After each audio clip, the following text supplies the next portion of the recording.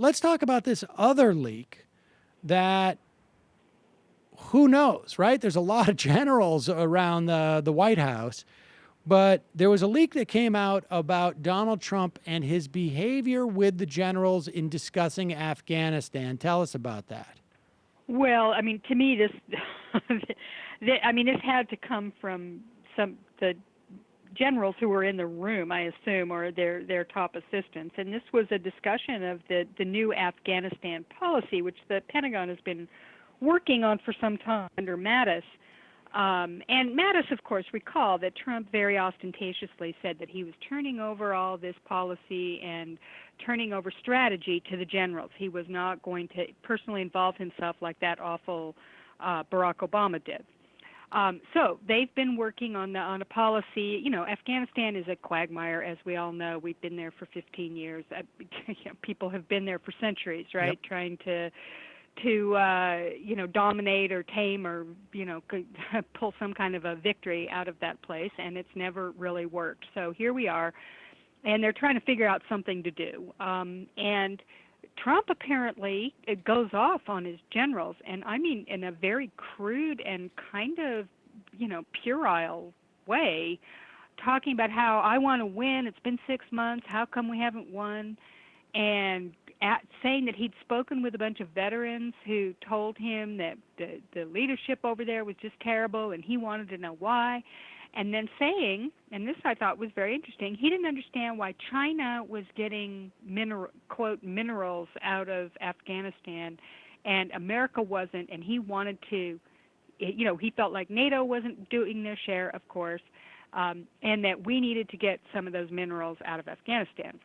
Now, this goes back to his theory back during the campaign, which he campaigned as he said, we're going to bomb the shit out of them, talking about, ISIS and people in the Middle East, and we should take the oil. To the victors belong the spoils. He said this over and over again. He was not quiet about it. He believes that the American military should be used to subdue foreign countries and take resources from those countries. So nothing new there, but it is still a little startling to hear the President of the United States say that kind of thing in 2017, and apparently in this case mean it.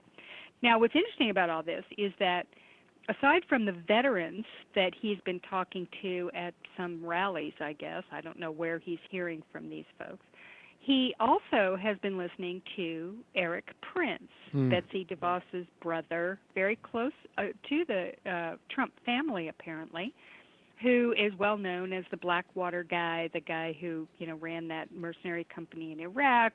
His company was convicted of war crimes. He ended up having to rebrand his company into, I can't remember what it's called now. I can't remember. It's some really kind of creepy name.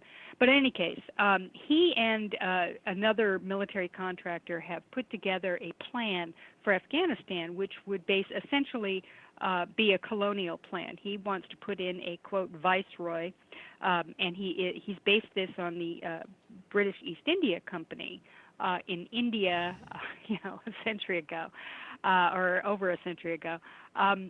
This is his plan is to go in there, mine the resources, use local mercenaries to fight the fight against the Taliban and whichever else other, the Al-Qaeda or whomever else is there, and take the resources from the country to pay for that mission and also, make a nice tidy profit for himself. I feel like that worked for the Romans. Why wouldn't it work for us? Why wouldn't it work for us? I mean, that is literally true. I mean, that is literally what he has proposed. Now, the story is that he and Steve Bannon went to Mattis with this plan just a couple weeks ago.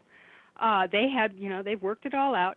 They went at Mattis, said, thanks, but no thanks. We're not taking outside views on how to deal with Afghanistan right now, but thanks for thinking of us, and sent them on their way.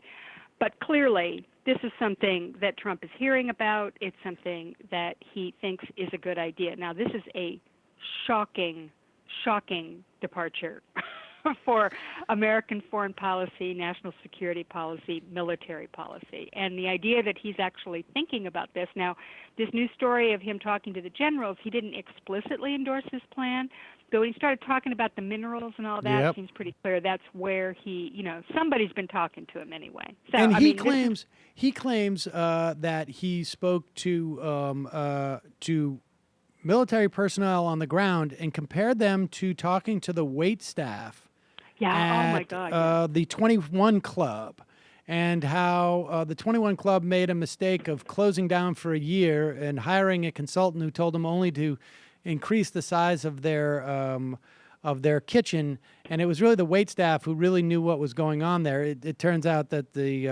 somebody did a fact check, and it was only closed for 2 months. But that's neither here nor there.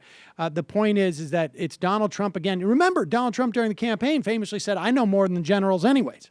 Yep. And so, and let me just add one more thing. I mean, this is, it's hard to know when you hear stuff like this if this isn't sort of like a cry for help or some type of like table setting from the generals, right? I mean, from the military. It's almost as if the military is saying like, "Hey, look, he's a lunatic domestically, but he's also a lunatic when it comes to being commander in chief in his role in that way."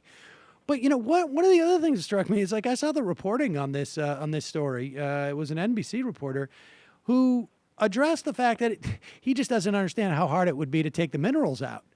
Like literally, it was a logistic question. Oh my God. And I was just blown away. Like yeah, I mean, things are so just.